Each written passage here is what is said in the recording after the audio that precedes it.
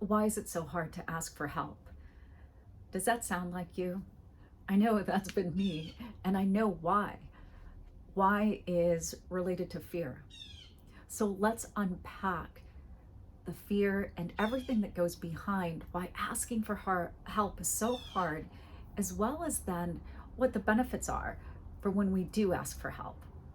Welcome to the Inspire series. My name is Sylvia Mordini, and I'm so happy that you're here. So let's take a deep dive.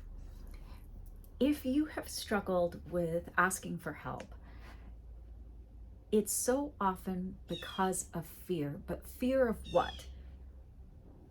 Fear of no.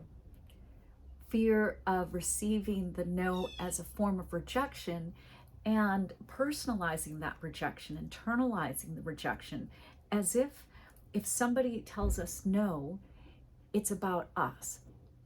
When truly we can learn how to become in better relationship with no.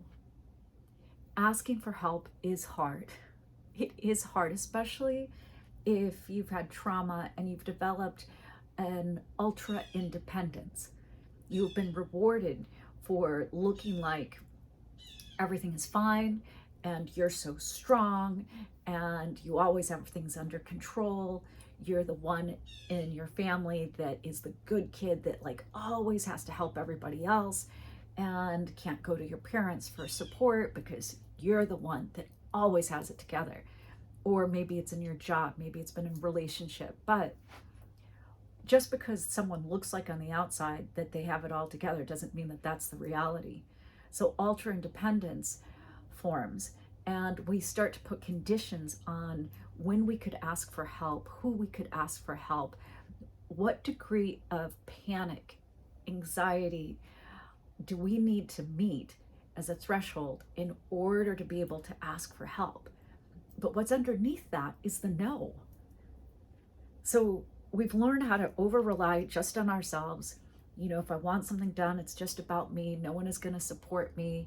And so we start to create a narrative that makes the potential no even a bigger deal, that has to be related to us if someone says no. But if someone you ask for help says no, it may mean they don't have the resources right now to be of support to you, or they just are not equipped to be of support to you.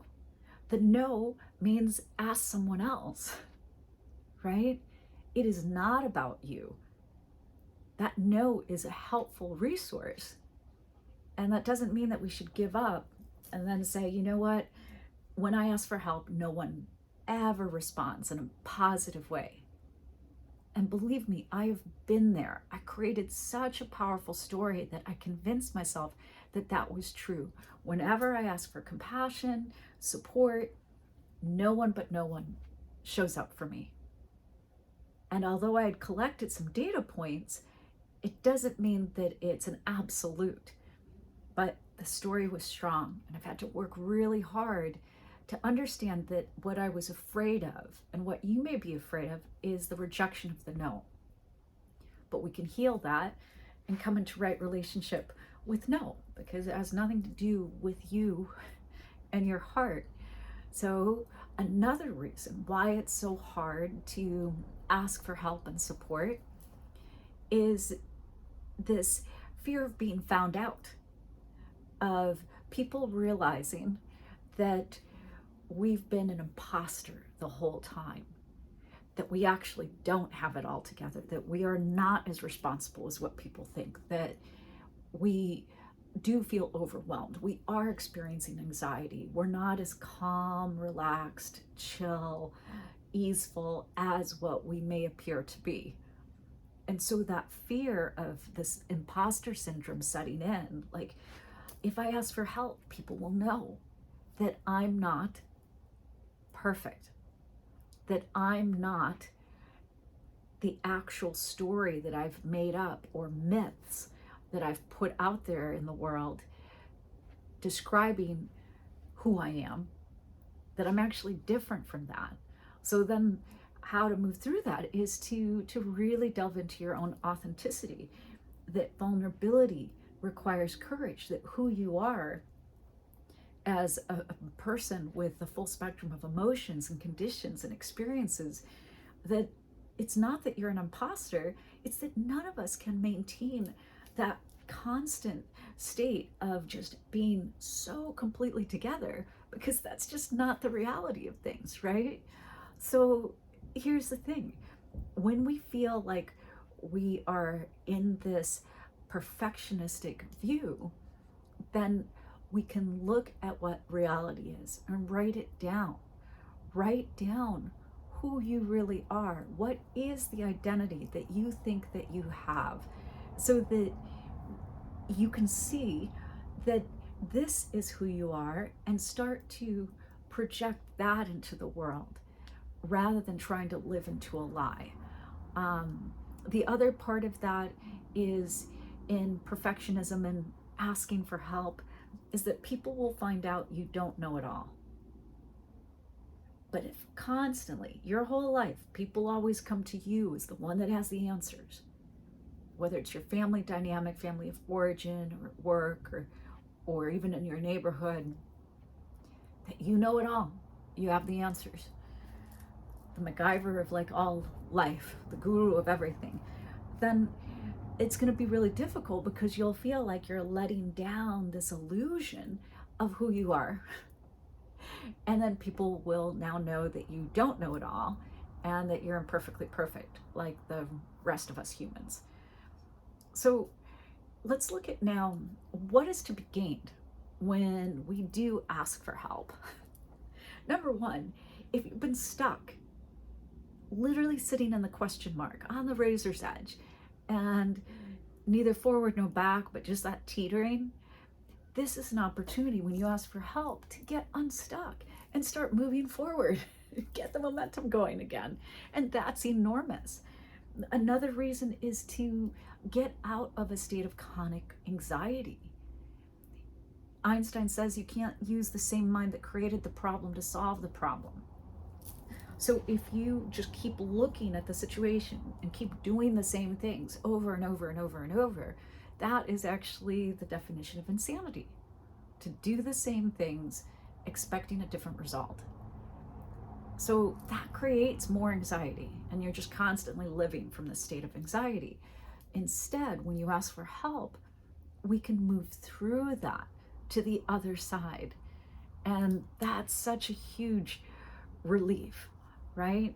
It's a relief because you find out what you need to know. You find out what you need to know, instead of just this constant almost feedback loop. Start, middle, up, not the end. Start, middle, not the end. But once you know, because you've asked for help, anxiety all the way down. The third reason why asking for help is so positive is it allows you the opportunity to collaborate. This is not a game of solitaire, being a human being. This has always been a state of communion, of seeking community, of collaborating with other people. And what we find from that is that it literally lifts us all up and helps us excel on a higher level. So allowing yourself to ask for help now opens the doorways to collaborating with really amazing people, that it's a shared experience, a co-creative experience. And finally, the last reason why asking for help is so potent is that it allows you to learn. It allows you to be that lifelong learner, that student of life. We're constantly learning if we allow ourselves to. And when we're learning, we're growing. When we're growing, we're happy. So these are the reasons why it's so important to move through the uncomfortable experience of asking for help, to face the fears, to move through it. Because all of these things that I've gone through as to the benefits of asking for help will change your life. And I would love to see that for you. So check out my blog for more resources and journaling prompts for asking for help. One of my favorites is this one that I'll leave you with. Write down, using this writing prompt, what I know is ... What I know is, and just free form, go for a minute. Anything, no particular order. And then the second writing prompt, what I don't know is ... What I don't know is. And then as you look at that, the two less, and you only have to write for a minute, like set the timer, you'll see there's so much that you know. And commend yourself for it. All that is come through your experiences and your embodiment. And there's a lot you don't know. And it feels really good just to admit that there's both. And all of this that you don't know, how much easier would it be to live life knowing that you could ask for support, you could decrease your anxiety, you could learn how to collaborate, you could keep learning overall to make things easier. If this has inspired you, please subscribe to my channel. I would love that and appreciate you so much for doing so. But bringing your hands to your heart, thank you so much for being here. Take a big breath in. Open mouth, exhale. And from my heart to your heart, to the heart of the universe, may you love yourself, love your day, and love your life. Have a great day, everybody, and peace out.